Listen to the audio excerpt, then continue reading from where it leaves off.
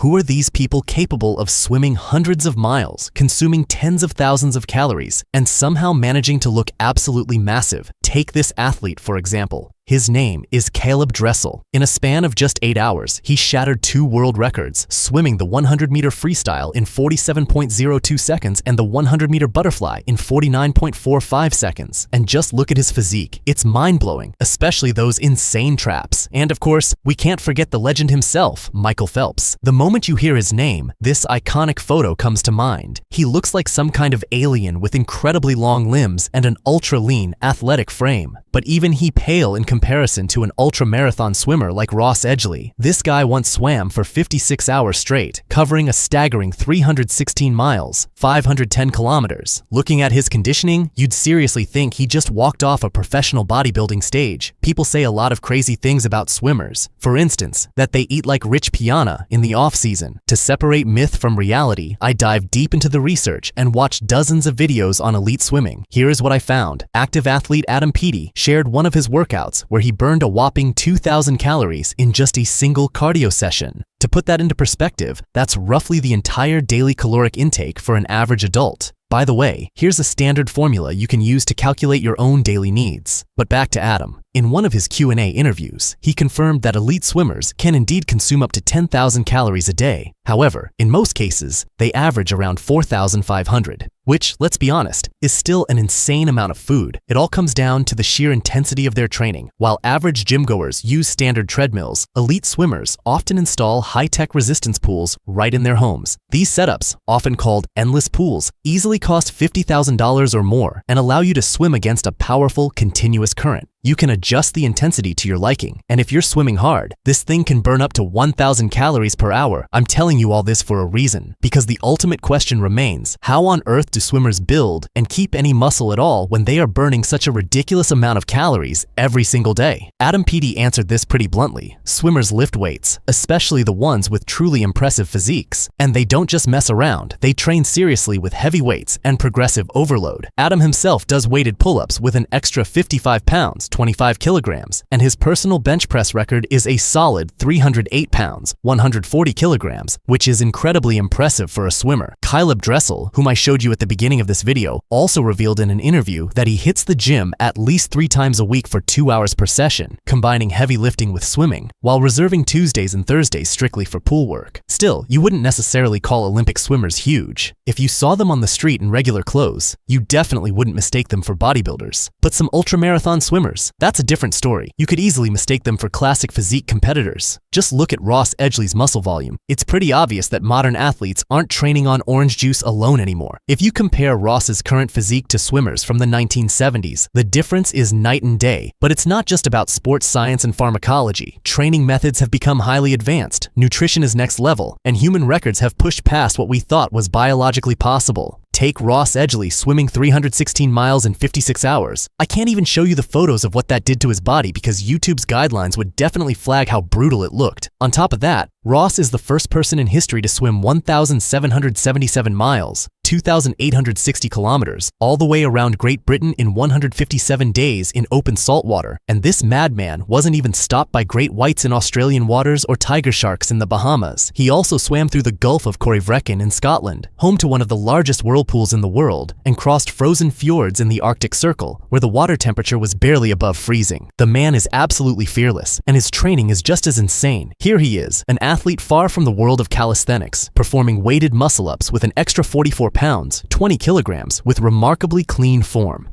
Ross showed his true championship mindset on pro gymnast Niall Wilson's channel. He attempted a dangerous bar-to-bar release move over and over again, refusing to stop until his hands were completely shredded and bleeding. That is Ross in a nutshell. It's no wonder he wrote a book titled The World's Fittest Book, with the core blueprint of how to train to achieve anything, anywhere, anytime. However, returning to our main topic, Ross's massive muscle mass is built in spite of swimming, not because of it. Sure, swimming engages literally every muscle group in your body, but because the resistance in water is constant and lacks progressive overload, muscle growth eventually hits a hard ceiling. This is why Ross's weight, standing at 5 feet 11 inches, constantly fluctuates between 187 pounds, 85 kilograms, and 225 pounds, 102 kilograms, depending on how intense his swimming phases are. In one of his recent videos, Edgley did 10 consecutive 150-meter butterfly sprints with almost no rest. It is brutally difficult. Even an ultra-endurance athlete like Ross called this set one of the hardest things he has ever done. To understand why a guy who swam over 1,700 miles struggled so much with short sprints, just look at this clip. See how explosive the sprint is and how violently the entire body has to work. When you do this kind of high-intensity training regularly, maintaining a massive amount of muscle mass is extremely difficult. That's why Ross goes incredibly heavy in the gym. You can see it by the plates on the bar. He often trains to absolute failure, using drop sets, and then pushes through another 4 to 5 forced reps with the help of a training partner. Obviously, this insane intensity isn't realistic for a natural lifter. Everything we see only proves how genetically gifted and mentally unstoppable super athletes like Ross Edgley really are. Honestly, there is almost no one else like him on the planet. But if you know someone who comes close, let me know in the comments. So, let's wrap it up. Why are some swimmers so big? Typically, swimmer genetics means being tall,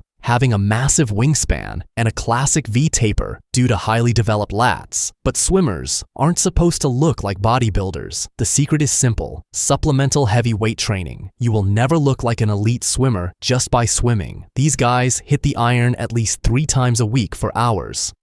They also heavily focus on explosive power, which is the foundation of a swimmer's dryland training, especially for Olympic sprinters.